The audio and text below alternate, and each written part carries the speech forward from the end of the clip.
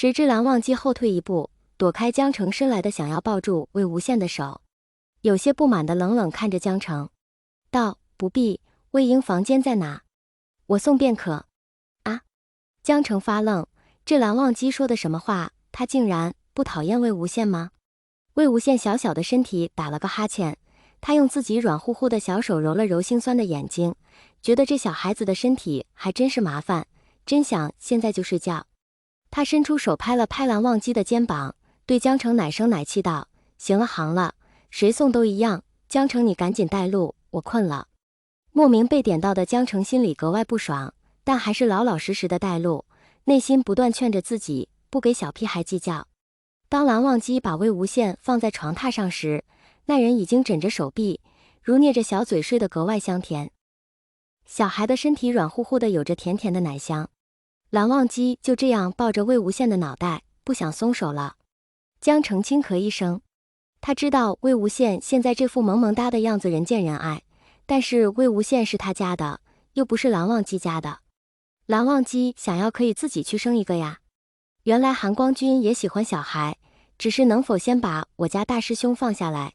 江城挑着眉，面色不善地看着抱着人不撒手的蓝忘机。不知道为何，说完这句话后，他总感觉蓝忘机看他的眼神更冷了。蓝忘机收回手，有些留恋地在魏无羡脸上停留了一会，回过头道：“妖兽已经解决，魏婴此番模样7天便解。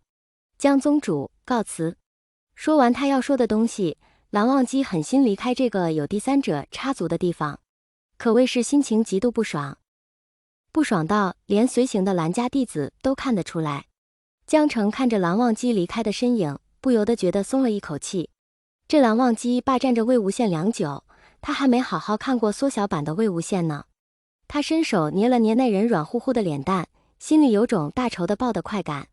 他正准备再下毒手时，江厌离微笑着出现在房间门口，端着莲藕排骨汤，语气不善道：“阿成，你在干嘛呢？”威风凛凛的江宗主手一抖，格外机智的一巴掌拍在自己手上，笑着说：“姐，我看这边有蚊子，打蚊子呢。行了，别装了。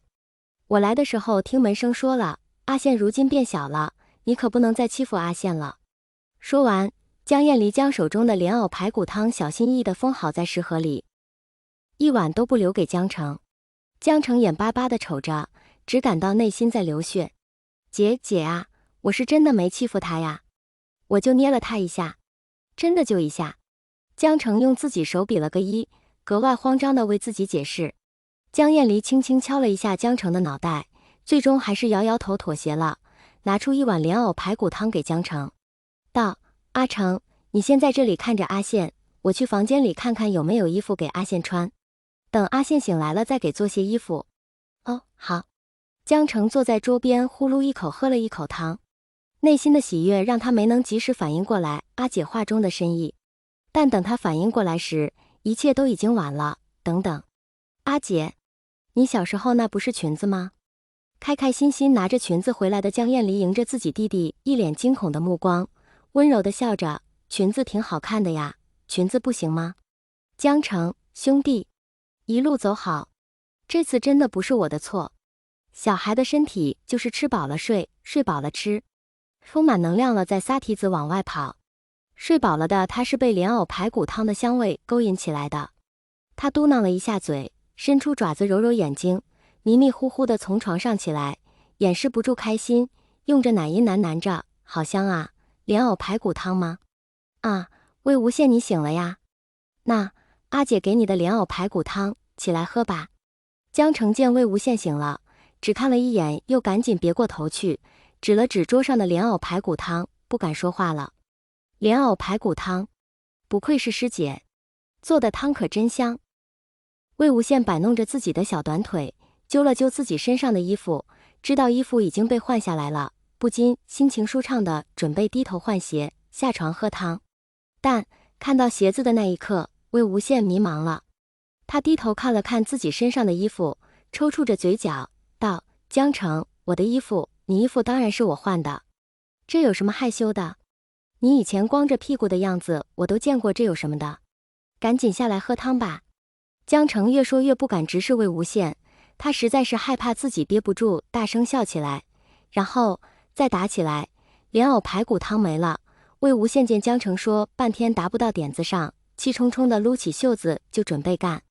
他穿的是江燕离小时候的襦裙，紫粉色的，上面镶着白色的花边，缀着紫色的莲花。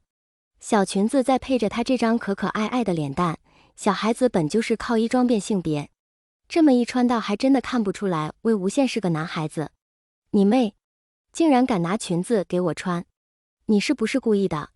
扑通，第一次穿裙子的夷陵老祖光辉的伴着裙摆倒地，这让准备防御的江宗主摸不着头脑道：不是我妹，是我姐啊，你的裙子是我姐给的呀。